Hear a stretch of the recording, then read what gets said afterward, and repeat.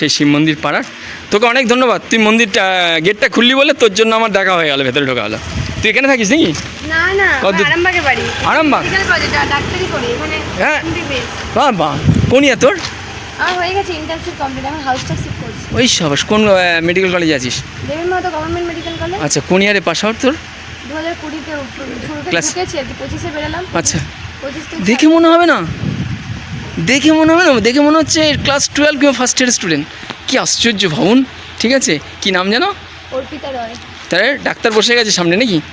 নামের সামনে ডাক্তার বসেছে না বসেনি? বসে গেছে। রেজিস্ট্রেশন এসে গেছে পার্মানেন্ট। আই সাবাস, চমৎকার। বাবা কি করেন? বাবা বিজনেস, মা টিচার। মা স্কুলে, মা ইন্সপায়ার করেছে। হ্যাঁ, কোনো না কোনো যোগসূত্র ঠিক আছেই। যাক, খুব ভালো। কাগজ দিয়ে তৈরি, ভেতরটা কাগজ আর রং আর করেছেন সিনিয়র সিটিজেন। বাবুল, আপনার বয়স তো প্রায় 60 পেরিয়ে গেছে। হ্যাঁ, 67 বছর বয়স। সিনিয়র সিটিজেন নিয়ে এবার অন্য কথা বলতে এসছি মুখোশ গ্রামে, যে মুখোশ গ্রামে দীর্ঘদিন ধরে ওরা মুখোশ বানাচ্ছে। আর আমরা এই মুখোশটা দেখাচ্ছি আমার চ্যানেলে অন্য কারণে। আমাকে দেখতে এরকম, আমি একটা মুখোশ ধারণ করে খুব মিষ্টি মিষ্টি কথা বলে, মিষ্টি আচরণ করে প্রতারণার যে জায়গা আছে সেটাই হলো মুখোশ।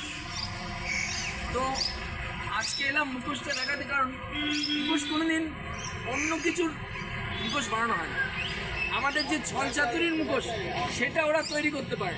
ওরা করেছেন যেটা দেবদেবী, রাম সীতা বলুন, লক্ষ্মী গণেশ বলুন, কিংবা শিব দুর্গা বলুন, যার জন্য বিখ্যাত হয়েছিল। কিন্তু আমাদের যে ছল চাতুরির মুখোশ সেটা কবে তৈরি করবেন সেটাই জানার জন্য এসেছি।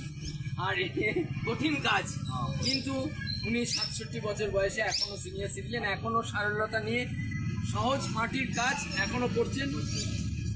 এই হচ্ছে ওনার তৈরি জিনিস। আর আর সবচেয়ে বড় জিনিসটি, আমি এই গ্রামে প্রায় কত দোকান এখন 100। আর এটা আপনি করছেন কত বছর ধরে কাজটা? আপনি করছেন কত বছর?